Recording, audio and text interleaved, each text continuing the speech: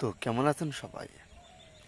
আশা করি সকলেই ভালো আছেন এবং ভালো থাকুন বলে আশা করি সকলে ভালো থাকেন। আজকে আমি আপনাদের বিদ্যা দিব, মাত্র 3 ঘন্টার মধ্যে আপনাকে সে ধরা দেবে। 3 ঘন্টাও লাগবে না আপনার কাছে আসতে। আমার গুপ্ত বিদ্যাখানা আপনি দেখবেন, বুঝবেন, জানবেন যে কতটুকু রেজাল্ট করে। আমার বিদ্যাগুলো আপনি নিজের ইচ্ছা বুঝতে পারবেন যে আমি কাজ করলাম আর কাজের রেজাল্ট পেলাম।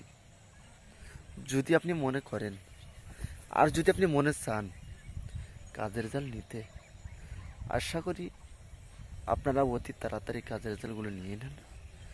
আর অতি শীঘ্রই আপনি কাজের রেজাল্টগুলো সবসময় ভাবে নিয়ে নেবেন। আপনি দেখতে পারবেন নিজের ইচ্ছায় কাজের রেজাল্ট কতটুকু পার্থক্য হয়েছে। দুনিয়ার যত তান্ত্রিক আছে, আবার দুনিয়ায় যত মানুষ অজাবদ্ধ আছে, তাদের থেকে আমার মন্ত্রখুন বা আমার মন্ত্রখানা হলো আলাদাভাবে পার্থক্য। এই পার্থক্যখানা মন্ত্র দিয়ে আপনি কি করবেন না করবেন শুধু আপনিই জানেন। আপনি কেমন করে করবেন, কিভাবে করবেন, কোন নিয়মে করবেন, সমস্ত জিনিস আপনাদেরকে বলে দেব। হ্যাঁ, সর্বপ্রথম আপনি ভিডিও স্কিপ করে না দেখে আগে মন্ত্রটি দেখার জন্য চেষ্টা করবেন।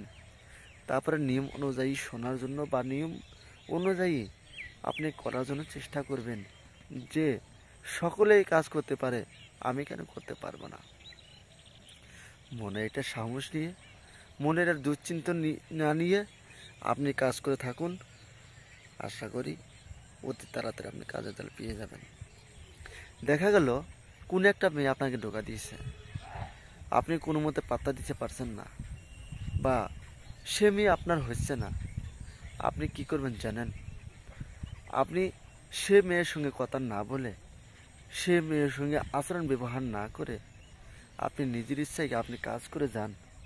সে মেয়ের সঙ্গে আপনার কথা বলতে হবে না, সে মেয়ে আপনাকে উল্টে কথা বলবে। আমার এই বিদ্যাখানা আপনি কাজ করবেন, কাজ রেজাল্ট তৎক্ষণাৎ পেয়ে যাবেন। আপনি কি করবেন?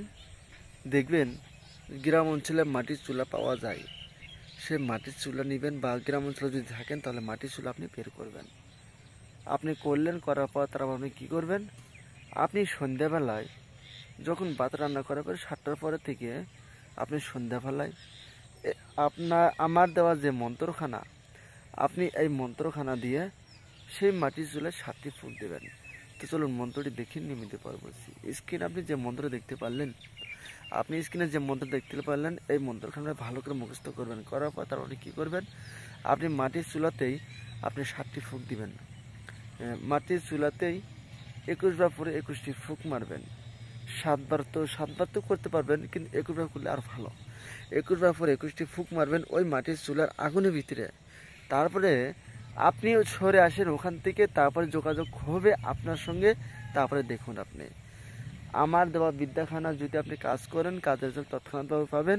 আমার গুপ্ত বিদ্যা আর মাইঙ্গের বিদ্যা, যারা মাইঙ্গের ডায়েরি, মাইঙ্গের গুপ্ত বিদ্যার হার, হ্যাঁ, আর যারা সন্ধানে হার নেননি, আশা করি আপনারা তাড়াতাড়ি নেবেন। আর নিয়ে আপনি যেন গ্রামের ভিতরে একটা মানুষ হতে পারেন, আপনি শেখার জন্য চেষ্টা করবেন। আপনার গুরু নাই, মারা গেছে, আপনার শেখার জন্য ইচ্ছুক, আপনি নিয়ে আপনি শিখতে পারবেন, আপনি কাজগুলো করতে পারবেন। তারপরে আপনার ওখানে ভালো লোক নাই, ঠিক আছে, কেউ কাজ করতে পারে না, তবে আপনি এই ডায়েরিগুলো নিয়ে আপনি আপনার গ্রামের ভিতরে কাজগুলো করবেন। একটি কাজ করবেন, আপনার পরীক্ষা হয়ে গেল, তারপরে দেখবেন রুগীর লাইন পড়ছে, মানুষের লাইন ধরে গেছে। হ্যাঁ, এতটুকু পার্থক্য হচ্ছে। যদি আপনি নিতে চান, আশা করি তাড়াতাড়ি নিয়ে নেবেন, কারণ আর 3টা দিনই থাকবে। আমি 3টা দিন পরে আমি বন্ধ করে দেবো। তারপর আপনি নিতে চাইলেও আমি দেবো না, আর যদি চান তাহলে আমি আর দিতে পারবো না, আর পাবেনও না ওই ডায়েরিখানা।